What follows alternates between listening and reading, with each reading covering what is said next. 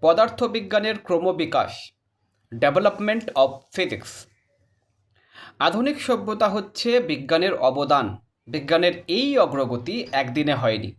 হাজার হাজার বছর থেকে অসংখ্য বিজ্ঞানী এবং গবেষকের অক্লান্ত পরিশ্রমে একটু একটু করে আধুনিক বিজ্ঞান বর্তমান অবস্থায় পৌঁছেছে। মনে রাখতে হবে, প্রাচীনকালে তথ্যের আদান প্রদান এত সহজ ছিল না। বিজ্ঞানের গবেষণার ফলাফল একে অন্যকে জানাতে যথেষ্ট বেগ পেতে হতো। হাতে লিখে বই প্রস্তুত করতে হতো এবং সেই বইয়ের সংখ্যাও ছিল খুব কম। প্রচলিত বিশ্বাসের বিরুদ্ধে কথা বলতে সাহসের প্রয়োজন ছিল। বিজ্ঞানীদের বন্দি করে রাখা বা পুড়িয়ে মারার উদাহরণও রয়েছে। তারপরেও জ্ঞানের অন্বেষণ থেমে থাকেনি এবং বিজ্ঞানীরা প্রকৃতির রহস্য উন্মোচন করে আমাদের এই আধুনিক বিজ্ঞান উপহার দিয়েছেন। পদার্থবিজ্ঞানের ইতিহাসকে আমরা কয়েকটি পর্বে ভাগ করে বর্ণনা করতে পারি।